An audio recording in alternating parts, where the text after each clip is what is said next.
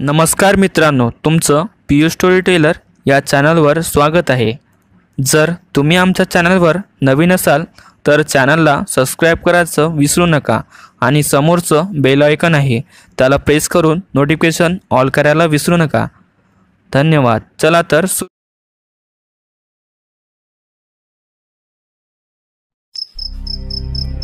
आकाशातून रात्रीचा किर्र अमानवी अंधार पसरला होता। त्या अंधारात न जाणो कित्येक सावड्या मानवाच्या रक्त मांसांच्या त्या लालसेनं फेरा मारत होते, जे सामान्य मनुष्य आपल्या डोळ्यांनी पाहू शकत नव्हता। ऐन हिवाळ्याचा महिना सुरू असल्याने चहूकडे दाट धुकं पसरलं होतं। जंगलातला कोल्हा आपल्या विचित्र बेसूर आवाजात कोल्हेकोई करत रडगाण होता, ज्याने वातावरण भीतीदायक होत होतं।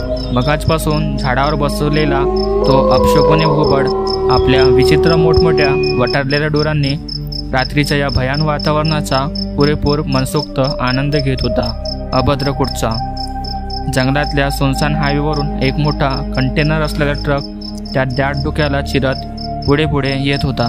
हे त्या ट्रकच्या हेडलाईटने समजून येत होतं। त्या ट्रकमध्ये 2 माणसं बसली होती। एक ड्रायव्हर, ज्याचं नाव रघुवेंद्र सिंग होतं, आणि एक त्या ड्रायव्हरचा सोबती, ज्याचं नाव श्यामलाल होतं। अरे भाई, आज तो बहुत थंड है यार, ट्रक ड्रायव्हरच्या बाजूला बसलेला तो मध्यम शरीर असलेला श्यामलाल म्हणाला। हाँ भाई, बहुत धूप पण पडले, तो ट्रक ड्रायव्हर रघुवेंद्र उर्फ रघु हिंदी मराठी मिक्स करत म्हणाला। जणू त्याला नीट मराठी बोलता येत नव्हती, पण नीट समजत होती। अरे महेंद्र, पुढे बघ, श्याम रस्त्याकडे पाहत म्हणाला। थोडं दूर रस्त्यावर एक लाल रंगाची साडी घातलेली स्त्री उभी होती।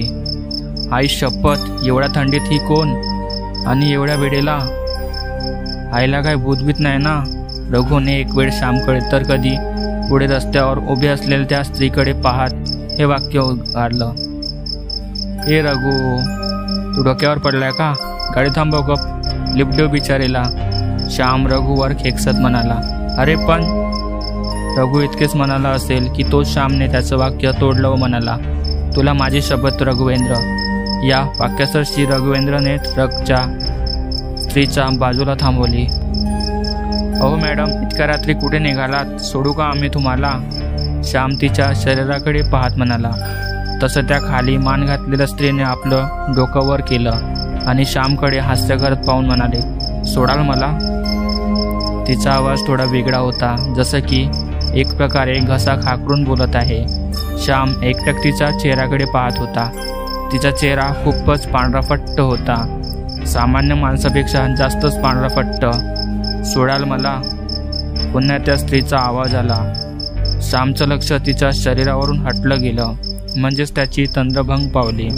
हां, आइये ना, श्याम म्हणाला। तसं त्या स्त्रीने आपला हात पुढे केला। तिचा तो गौरवर्ण हात पाहून श्याम पूर्ण वेडा झाला होता। काही क्षण श्याम तर त्या हाताकडेच पाहत राहिला। अहो, येऊ मी आत? ती स्त्री म्हणाली।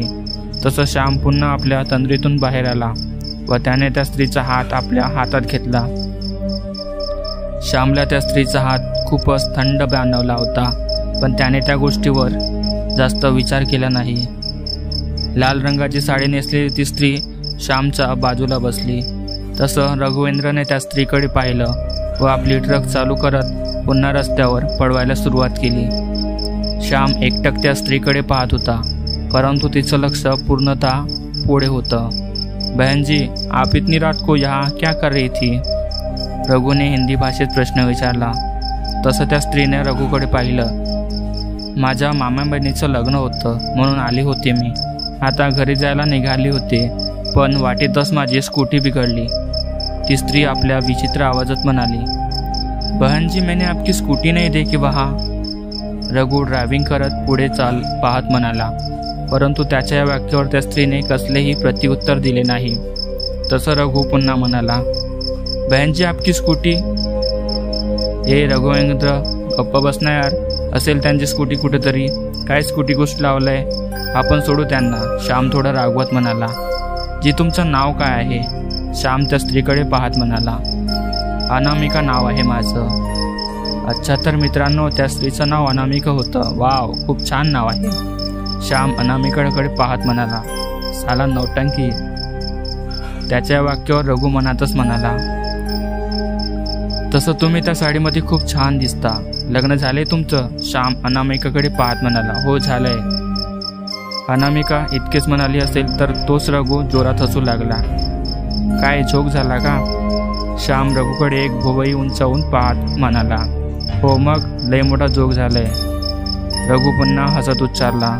हा वेडा आहे, असंच हसत असतो पाहावं तेव्हा.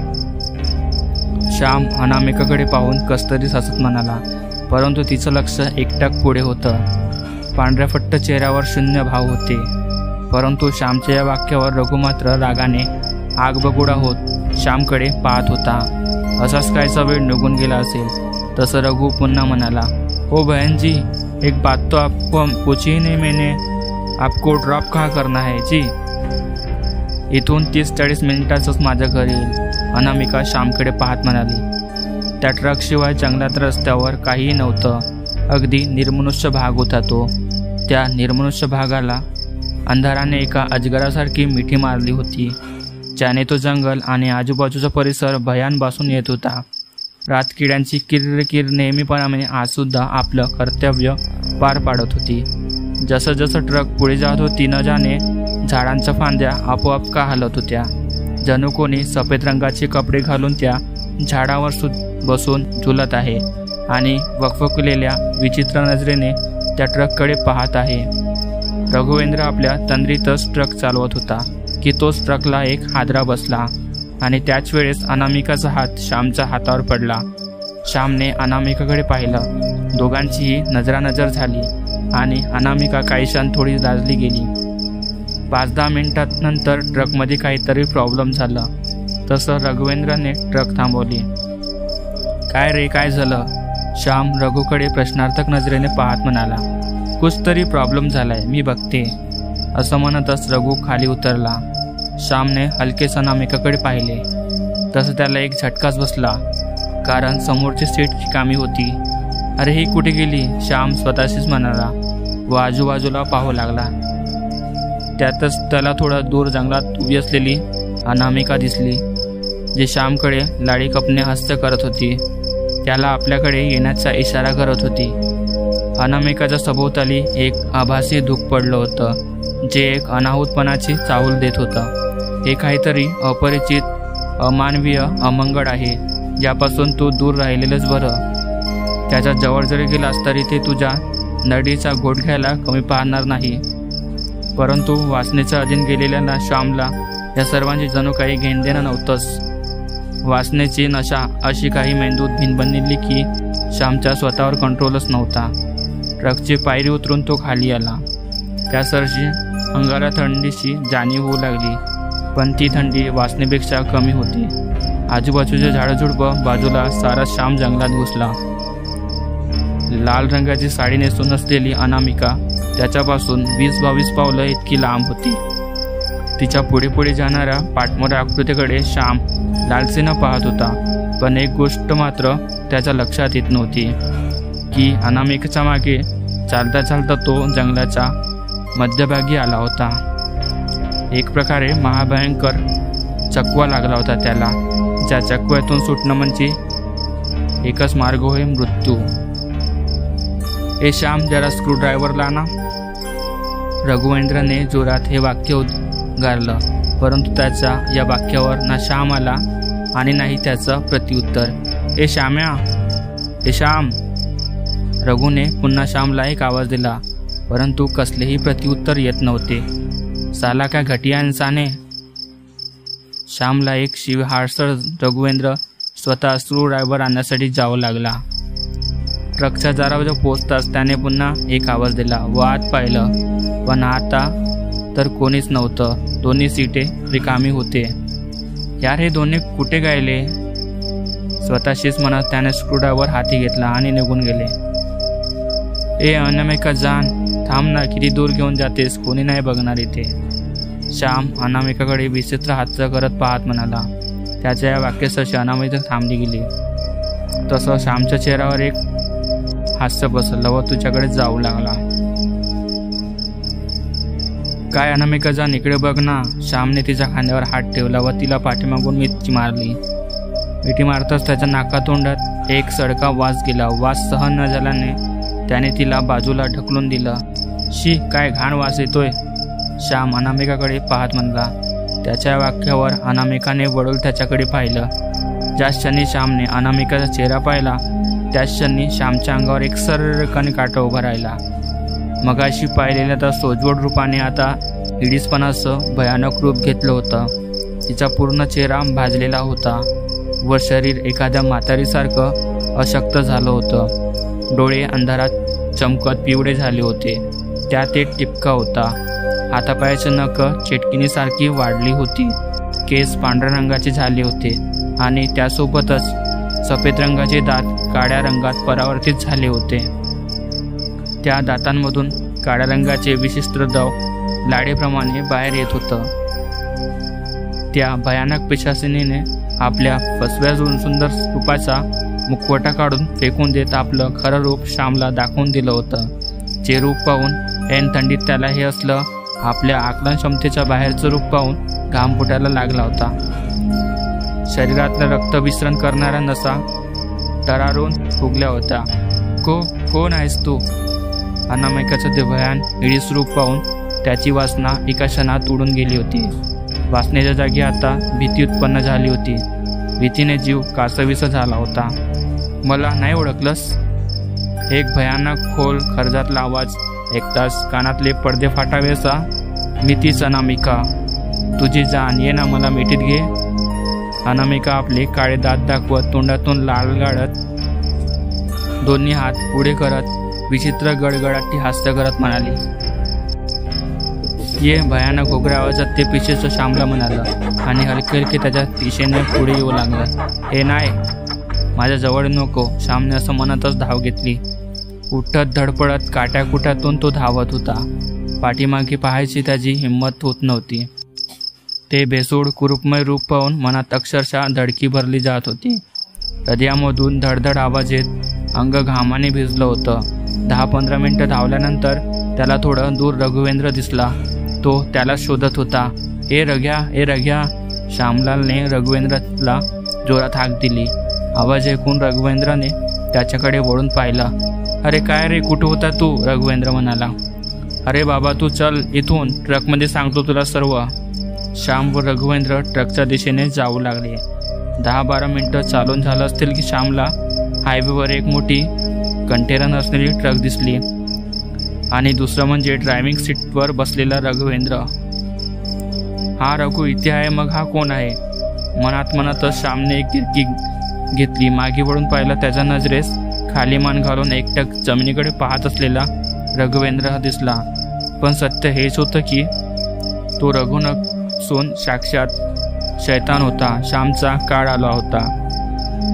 मृत्यूला नजरेसमोर पाहताच प्रत्येकाची पाचावर धारण बसली जाते, त्याच प्रकारे श्यामची सुद्धा पाचावर धारण बसली।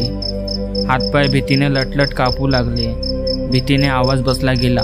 घशातून ब्रश सुद्धा बाहेर येत नव्हता, अशी त्याची अवस्था झाली होती। आणि त्याच अवस्थेत एक एक पाऊल पाठीमागे टाकत तो पाठी सरकू लागला।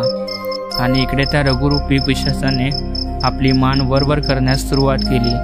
त्याचे ते पिवळे जर्ण 2 काळे ठिपके असलेले डोळे अंधारात काजवासारखी चमकले। 1-2 पाऊल मागे सरकणाऱ्या श्यामच्या पाठीमागे काहीतरी लागलं गेलं। त्याने मागे वळून पाहिलं, पाठीमागे एक मोठं झाड होतं। रात्रीच्या अंधारात फिरणाऱ्या कुत्री मांजराचे डोळे ज्या प्रकारे प्रकाशाच्या अधीन आल्यास एक विशिष्ट भयरसने चमकले जातात, त्याच प्रकारे त्या रघुच रूप असलेल्या पिशाचे डोळे पिवळ्या रंगाने चमकत होते। हातपाय कटकट आवाज करत वाजू लागलेले, जणू ते भयान आपलं आकार उकार शरीर रचना वाढवू लागलं होतं। वेडेवाकडे हातपाय फिरवत त्या पिशाचाने आपलं रूप काया 10-12 फुटांपर्यंत वाढवली, जे एका सामान्य मनुष्याच्या तर्कवितर्क बुद्धीचा पल्ल्याड होतं। आणि तेच अमानवीय प्रकार श्याम आपल्या उभ्या डोळ्यांनी आवासून पाहत होता। एक शेवटचा प्रयत्न म्हणून श्यामने ट्रकच्या दिशेने पाहिलं आणि जोरात ओरडणार की तोच त्याचं तोंड एका हाताने कोणीतरी दाबून ठेवलं। पडतो काय? पडतो माझ्या तावडीतून कोणी सुटत नाही. श्यामच्या कानात एक भरडा खोल खर्जातला आवाज घुमला व त्यासोबत एक विचित्र हास्य घुमलं आणि या वाक्यासरशी त्याच्या पोटात त्या पिशाचिने आपली धारदार नखं घुसवली.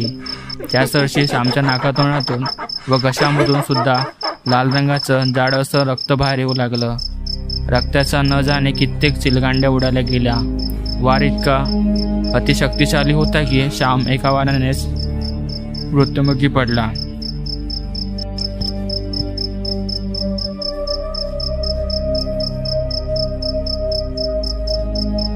जीभ लय चालते तुझी, श्यामच्या प्रेताकडे पाहत ती पिशाचिनी म्हणाली आणि बाहेर आलेली श्यामची जीभ तिने आपल्या तोंडाने उपटून टाकली व मजेने खात खात दुसऱ्या जिभेची वाट पाहू लागली.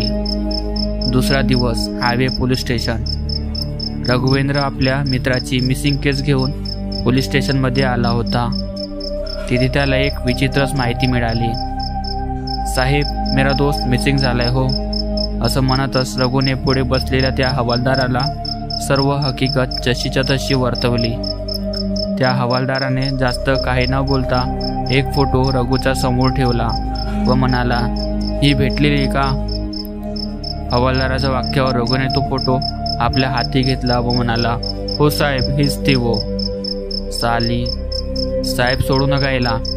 रघु पुढे काही बोलणार की तोच मध्ये तो हवालदार म्हणाला, अरे बाबा, पकडायला ती जिथे तर पाहिजे. 10 वर्ष अगोदर मेली ती बाई. रेप झालं होतं तिच्यावर, म्हणून दरअमसेला तिचा आत्मा कोणाकडून तरी लिफ्ट मागतो. जर लिफ्ट येणाऱ्याची नजर आणि प्रवृत्ती चांगली असली तरच तो वाचतो, नाहीतर ती खोनी दुल्हन. असं म्हणत असतो हवालदार बोलायचं थांबला. नाही तो काय साहेब, रघु उत्सुकतेपोटी म्हणाला, पाठीमागे बघ. ते फोटो लावलेत भिंतीवर. 10 वर्ष झाली पण त्यातला एक पण भेटला नाही. अद्याप सुद्धा आता तुझा मित्र पण गेला. समज. त्या हवालदाराच्या वाक्यासरशी रघुने पोलीस स्टेशन एका भिंतीवर पाहिलं तसं त्याला 100पेक्षा जास्त मिसिंग फोटोज दिसून आले. बोध. परस्ती माती समान असते, तिचा आदर करा. राजे छत्रपती शिवाजी महाराज.